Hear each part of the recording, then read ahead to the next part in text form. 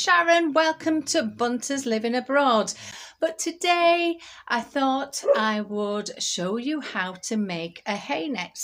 Okay, I was going to start the journey of me learning how to ride again, but I can't have any lessons. I did get on my horse and I fell off and I'm still not right. The back's still not right. So a hay net today it is. Come and join me. Okay, so today we're going to make a hay net, and it's going to be free if you own a horse and you buy bales of hay, because we can use the baling twine from the bales of hay. Now, when I cut the baling twine off the bales of hay, let me just get this for you, I always cut it where the original knot is. Okay. All right, so let's get cracking. So also, besides 26 pieces of twine, which is here, you also need some extra twine. And a tip would be to use a different colour to what you're using for the actual net, because this is going to be the rope that ties it all together, where the opening of the hay net. So I usually do 6 strands altogether, so that's going to be for that later. Then you also need some, let's just bring this a little bit nearer, you also need some scissors. Okay, is that better? Yeah, scissors. Let's move the coffee out of there. Scissors and a lighter. Yes, it works. Okay, first of all, what you're going to do is knot. If you knot at the top where all the original knots are anyway,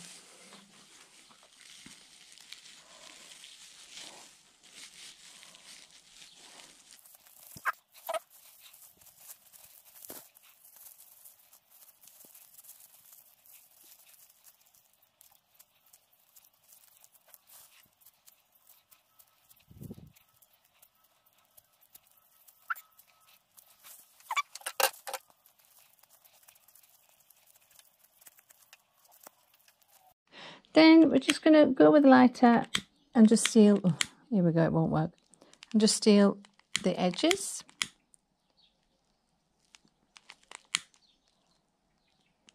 Make sure you don't burn yourself while you do this. And then after you've neatened the edges, if you just tie it somewhere, that's a tip really for you to have your hands free, and maybe stand up for a bit and start it off where it's just hanging somewhere. So what you want to do is you do it in strands of 2, and you just get 2,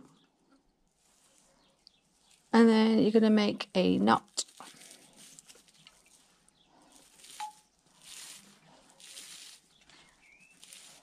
Okay, now depending on what your horse is like, depends how wide you want your holes to be. The first are going to be a little bit shorter anyway, but eventually what I do for mine, because she's not a greedy horse, when it's done it's like a hand's width.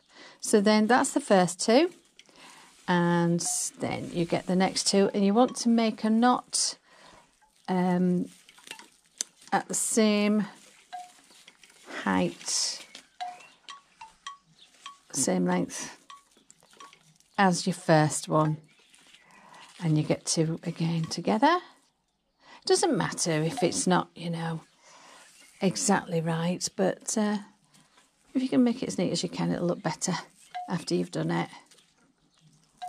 All right, here we go. I always get hold of the one before. It just gives me a bit of a clue. That's not so bad. So you continue all the way around until you get your first row of knots. Okay, so we're nearly, just one more to do.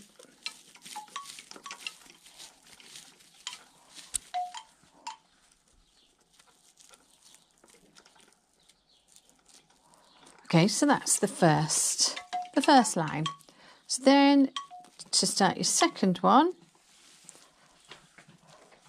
right, you have 2 knots and you use the middle strings. Get the middle strings. And this is where I was saying about the hand, a little bit, probably a little bit smaller. It doesn't really matter for mine because she's not greedy. She doesn't pull it all out in one go. Some horses do, but if the holes are big, it doesn't really matter for mine. But you might have to make smaller holes if you want a slow feeder. All right. So then you get the next knot, and one that is the outside string that you've just used, you then get the outside string or one string from the next knot. Okay, and using your first knot as a guide. All right, there we go. So you can see a pattern emerging. And if you can make these, you can make all sorts. You can make hammocks. You can even tie your horse's mane like this, plait to plait, should I say, don't tie. Plait your horse's mane using this. I might do a video one day of that. Right. Okay, so you carry on all the way around until your second row is completed.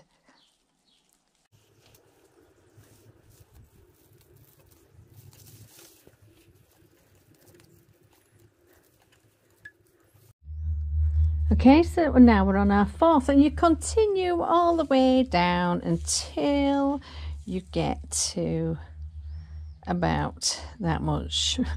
That's probably, I don't know how you would measure that, to be honest, but enough so that you can loop it round and put a knot in it, and you'll know why later on. So carry on all the way around until you get to the bottom.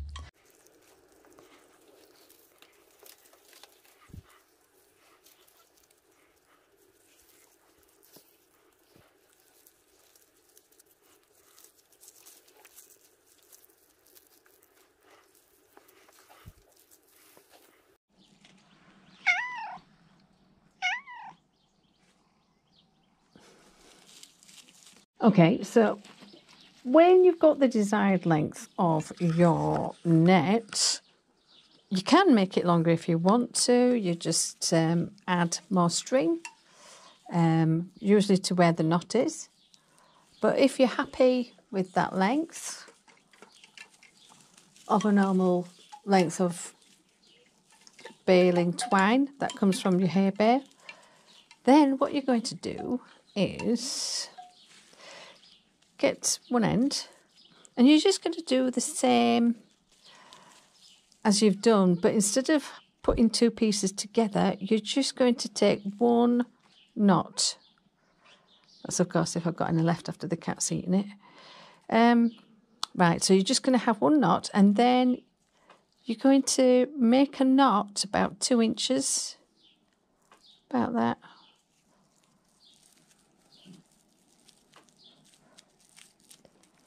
Two inches.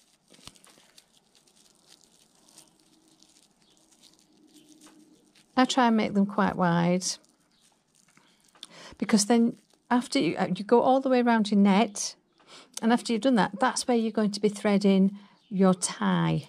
All right. Now the other way, how I used to do it, was where you just make a knot like that. But I think it's going to be better if I do it this way. Okay, so all the way around until you've got a knot.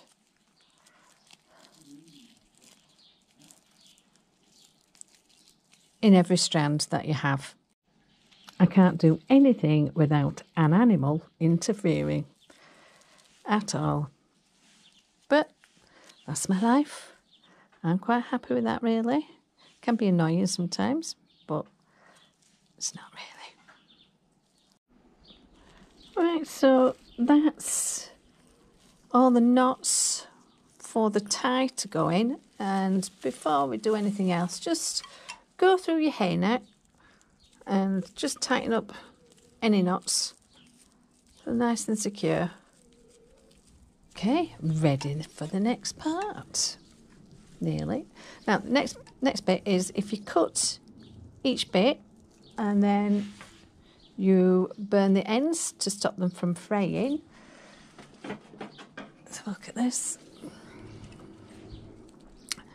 I would cut around about there-ish, so that it's not too far but not too near. And you can do this all the way around. And then for the tie, you want to make a plait. And if you use a different colour to the colour of your hairnet, it would be easier for you to see when you're making up your hairnets. So you just carry on like that. Try and make it nice and flat and neat as you can. Nearly all the way down. When you get to the end, if you don't think that it's long enough, you can easily thread another length into the plait. Okay, like that. So you can continue, you can carry on.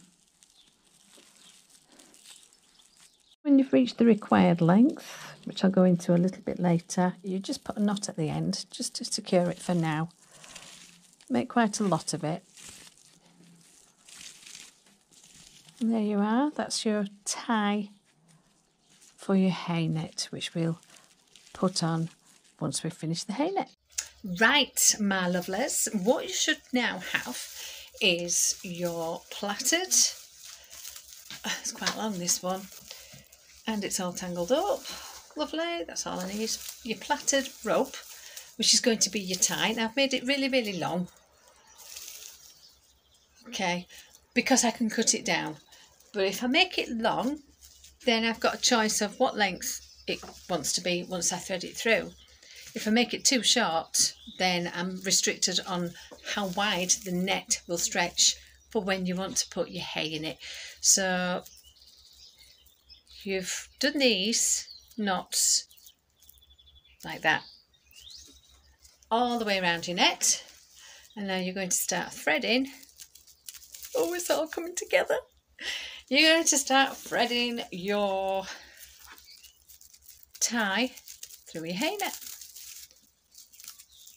Once you've threaded it through, if you stretch your rope net as wide as it can go all the way around your net,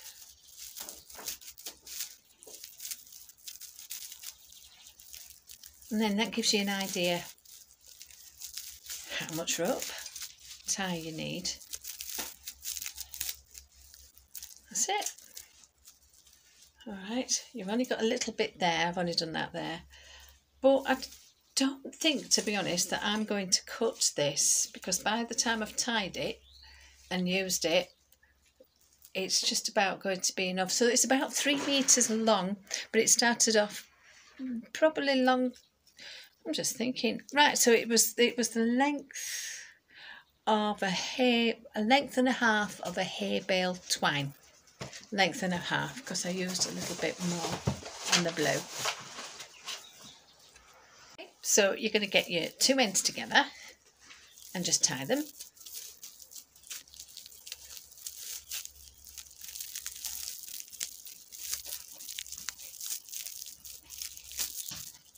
There we go. And then you can just cut them.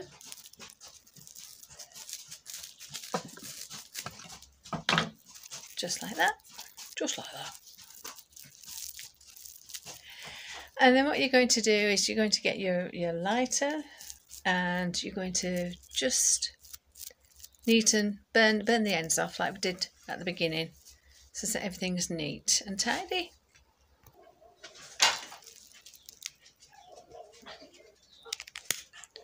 Try not to burn yourself on this. Just let it dry. don't touch it. And then you're going to do the same with your ends of your net all the way around. When you get to your loose ends, if you had to thread some extra rope into your plait, you do the same with that as well.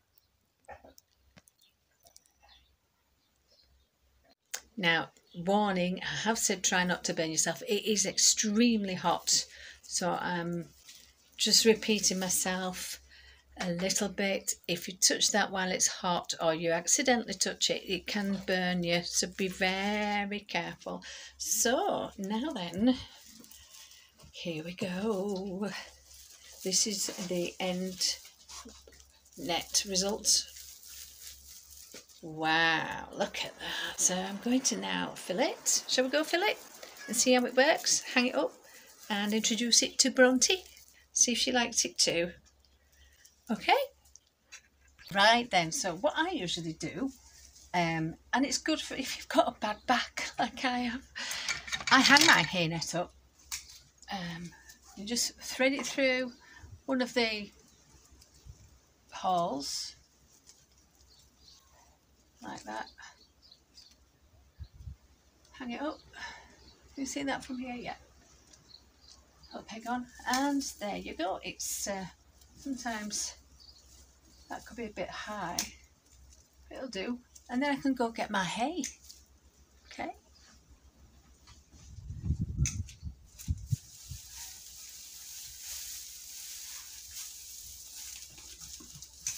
So there we go. Got my hay. However much hay you put in. Easy peasy. No back stretching. And then if you want, you've got your hands free to be able to put some alfalfa in it if you want, which we usually do. Okay, oh, she's here. I've not even sorted it yet, the little monkey. Okay, and she's already at it. Hello. You don't miss a treat, do you? No? What do you think to your new hay net? Yeah, is it nice? Shall we hang it up for you then?